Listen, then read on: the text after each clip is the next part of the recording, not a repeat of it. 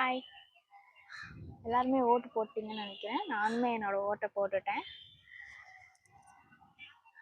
I think இந்த வாட்டி mostly நிறைய பேர் வந்து ஒரு சேஞ்சுக்காக நியூ பார்ட்டிக்கு ஓட்டு போட்டிருப்பாங்கன்னு நான் நினைக்கிறேன். அதே மாதிரி அதை ஈக்குவல் டைம் நிறைய பேர் அதை டிஸ்கிரிமினேட்டும் பண்ணிட்டு இருக்காங்க. நீங்கள் என்ன மாற்றத்தை கொண்டு வர போறீங்க? மாற்றம் கொண்டு வரதுல வந்து ஒரு தலைவரை சேஞ்ச் பண்ணுறது மாற்றம் கிடையாது. பீப்புளுக்காக நம்ம என்ன பண்ணுறோமோ அதுதான் அப்படின்னு நிறைய பேர் என்னென்னமோ போஸ்ட் போட்டுட்ருக்காங்க. பட் என்னை பொறுத்த வரைக்கும் நிறைய பேர் இந்த வாட்டி எலெக்ஷனில் ஓட் போடணும், நான் இந்த வாட்டி ஓட் போட்டே ஆகணும் அப்படின்னு கிளம்பியிருக்காங்க. காலையில் சீக்கிரமாக எழுந்திரிச்சு நிறையா யங்ஸ்டர்ஸ் என்னோட ஓட்டு தான் முதல் ஓட்டுன்னு போயிருக்காங்க. ஸோ இதெல்லாமே ஒரு பெரிய மாற்றம் தான்.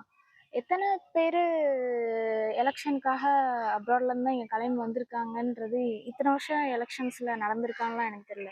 ஆனால் இந்த வருஷம் எலெக்ஷன் ஒரு பேச்சு பொருளாக இருக்குது. நிறையா பேர் ஃபாரின்லேருந்துலாம் இங்கே வந்திருக்காங்க. இப்போ சென்னையிலையும் சரி, கோயம்புத்தூர்லேயும் சரி, திருச்சி, பெங்களூர் இந்த மாதிரி இடத்துலலாம் வந்து ஓட்டர்ஸ்னால அவங்க ஹோம் டவுனை ரீச் பண்ண முடியலன்னு அவ்வளோ ப்ரொட்டஸ்ட் பண்ணிகிட்ருக்காங்க. இதுவே ஒரு பெரிய மாற்றம் தான். நான் ஓட்டு போடணும், என்னோட ஓட்டை நான் பதிவு பண்ணணும் முன் வைக்கிறதே ஒரு பெரிய மாற்றம் தான்.